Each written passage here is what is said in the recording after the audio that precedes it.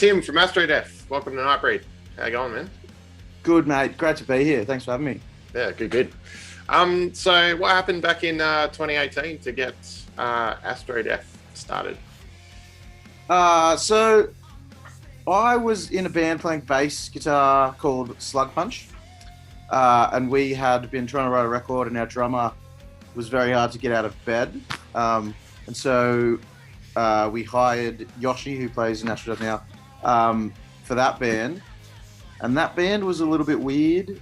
It ended up breaking up. Yoshi quit. Our guitarist ended up trashing our other drummer's house, and it got really weird. But after jamming with Yoshi in that band, I really wanted to play with him. So I had always wanted to do a two-piece for years, and I'd been trying to build a rig and modify my guitars and that kind of thing.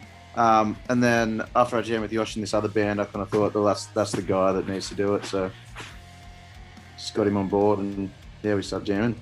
Cool. So being the two of you, like, are you bringing all the, I don't know, riffs and things, or is it kind of a combination thing with the writing? Yeah, no, it's not. Like early on the piece, Yosh expressed to me that a lot of the times being a drummer in a band, he doesn't get to be as involved as he would like to be.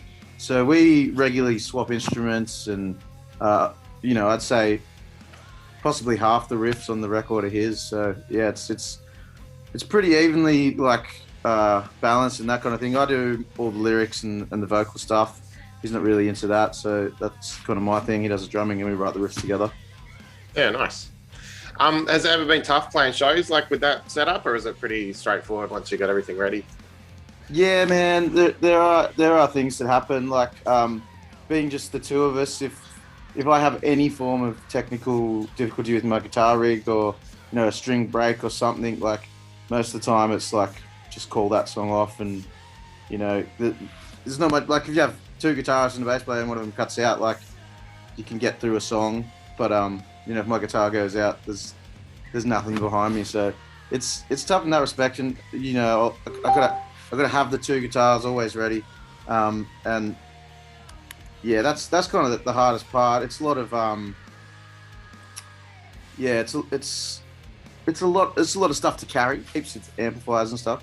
But once it's going, it's easy, and jamming and everything is way easier. So when the two of you got together, was there a specific sound you wanted to do? Like, is it a different kind of music to what the band you're in before was doing? There are similarities, but not. We didn't have like a vibe in mind.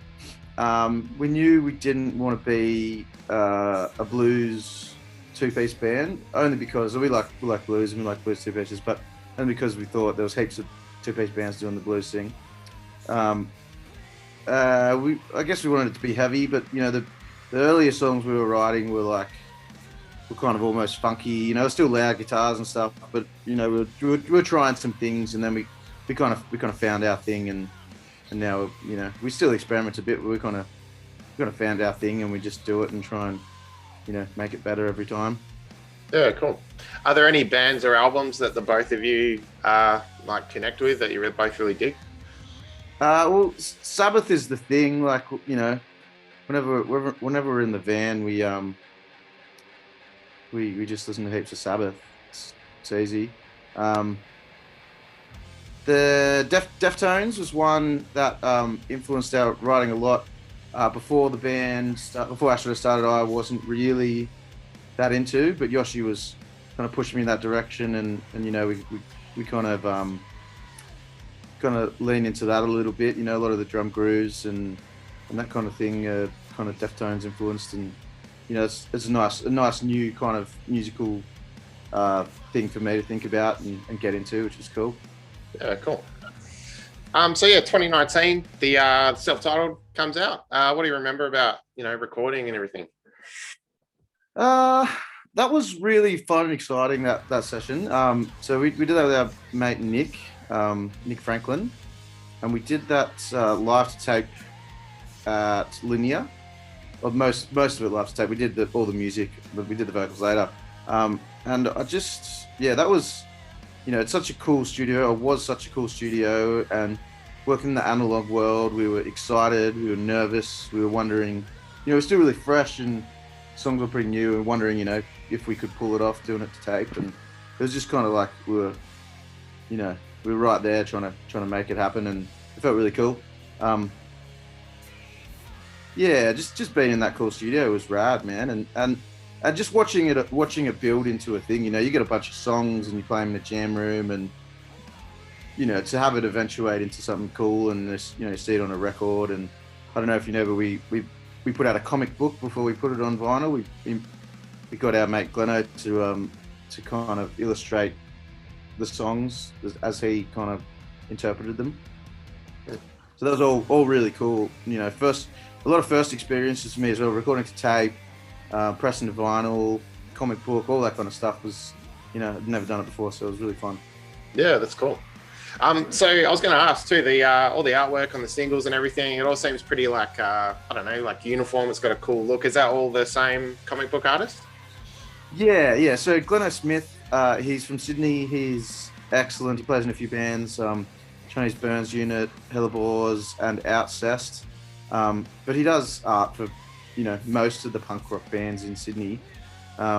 We knew we wanted him to do it straight away. It's actually, he kind of really influenced, the direction of the band as well with his, he did our first logo, and, it was maybe a bit more metal than we thought it was going to be. And we were like, oh, this is not really us. But then we're like, oh no, we'll just kind of lean into it and go with it.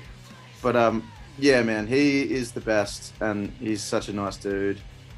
We've had a bit of art done by a couple of other people. We did a video and a T-shirt by Mike Foxall for our Relentless Brutality.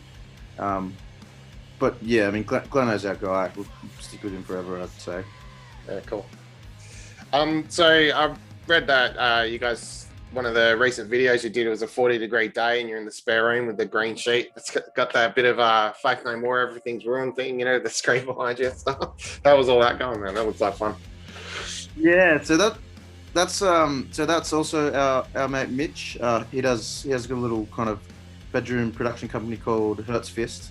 That thing was crazy, man. We had to get a mix and master of the song to Mitch, so we could start, doing the video the next day. And then I think Mitch had 4 days or something to turn around the video so we could release it that week. And yeah, we just had to smash it out. It was the hottest day I reckon ever.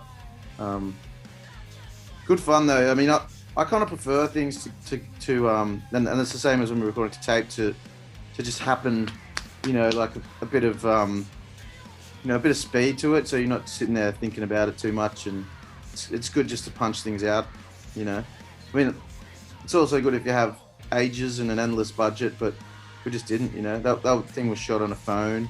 It's our second video clip that we shot on the phone. Yeah, it's just fun. And working with your mates and stuff, and that kind of, you're having a laugh and you're just having a good time, rather than, trying to get too serious or bogged down on anything really. Yeah, no, fair enough, man. So you got the big tour coming up. It's delayed, of course, but yeah. What have you guys been up to at the moment? Are you jamming, getting ready for that?